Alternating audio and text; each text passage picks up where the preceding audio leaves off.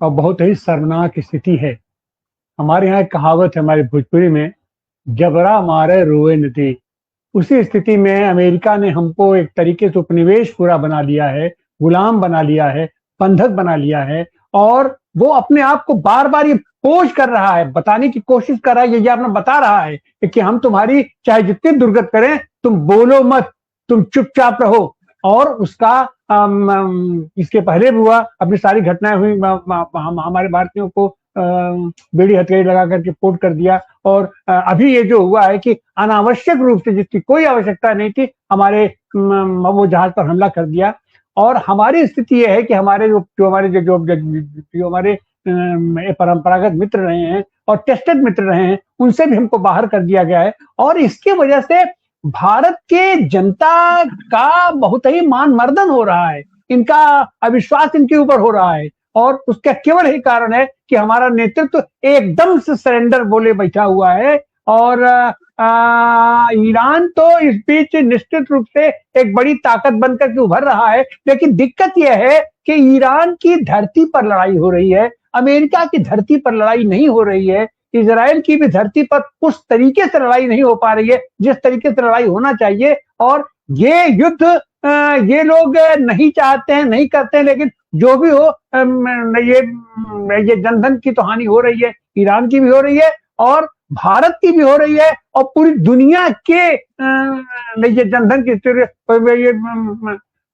पूरी दुनिया इसमें तनाव में आ गया है, अपना टेंशन में आ गया है। तो यह लड़ाई प्रोलॉन्ग करे यह तो कोई नहीं चाहता है, लेकिन अमेरिका न चाहते हुए भी अमेरिका और इजराइल ही है जो इस लड़ाई को प्रोलॉन्ग कर रहा है, इसको रोज का रोज बढ़ा रहा है और अपनी स्ट्रेटजी के तहत बढ़ा रहा है, धूर्तता के तहत बढ़ा रहा है और उसकी धूर्तता के तहत इस पर हमले हो रहे हैं और इसका नुकसान हो रहा है। तो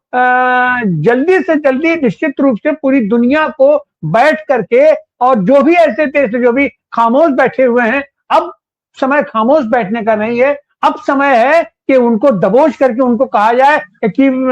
तुम क्या करना चाहते हो, अगर तुम लड़ाई लड़ना चाहते हो तो अब लड़ाई कायदे से लड़ लो और नहीं तो एकदम बोरिया बिस्तर उठाओ और यहाँ से जब तक खाड़ी देशों में जब तक अमेरिका का बेस रहेगा कहीं पर भी रहेगा तब तक वो शांति से नहीं बैठेगा अपना, क्योंकि अमेरिका पर तो ये किसी देश का हमला कर नहीं सकते वहां पर, तो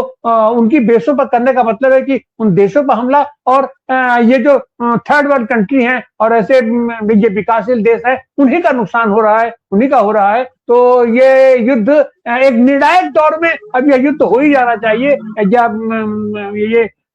इजराइल और अमेरिका को जब तक भरपूर सबक नहीं मिलेगा तब तक ये युद्ध जी बहुत शुक्रिया आपका तिवारी जी।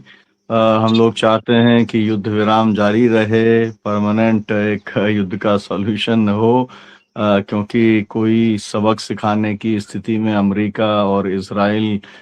को जो है अगर सबक सिखाने की कोशिश में निकला जाएगा आगे, जितना ईरान ने सिखाया है उतना काफ़ी है सबक सीखने के लिए, अगर सीखना चाहे तो इसलिए जो स्थिति बनी है, जो हमारे पैनलिस्टों ने कहा है कि अमेरिका भी लड़ना नहीं चाहता है, वो भी विड्रॉ करना चाहता है, लेकिन ब्रेव फेस के साथ करना चाहता है और ईरान भी अपने टर्म्स के ऊपर इस समझौते को करना चाहता है। लेकिन एक बात साफ हो गई है कि हमारे मोदी जी को जो कहा जाता है कि नरेंद्र सरेंडर साबित हुए हैं, ये हर मौके पे सरेंडर कर रहे हैं और इन्होंने ओमान के अंदर भी जो हमला हुआ उस मामले में भी सरेंडर करने का काम किया है, उसके ऊपर भी जो तीखी प्रतिक्रिया देना चाहिए किसी भी एक संप्रभु राष्ट्र को, वो देने का काम इन्होंने नहीं किया है। बहुत बहुत शुक्रिया आप सबका, माननीय पाशा जी, फिरोज मीठी बोरवाला जी, डॉक्टर आनंद प्रकाश तिवारी जी, शिवाजी सरकार जी,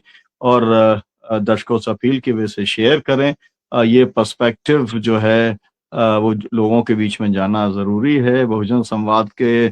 जो डाटा का जो डिटेल्स आता है उसके अंदर ये बताया जाता है कि हमारे कितनी भी प्रोग्राम से जो विदेश के प्रोग्राम रहते हैं वो ज्यादा लोग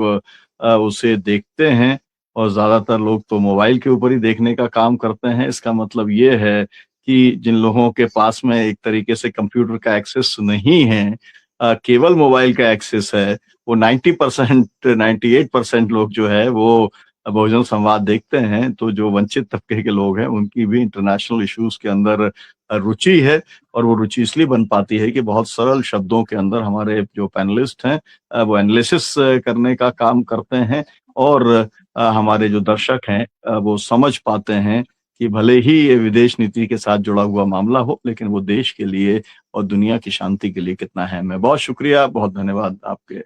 जुड़ने के लिए। Thank you very much.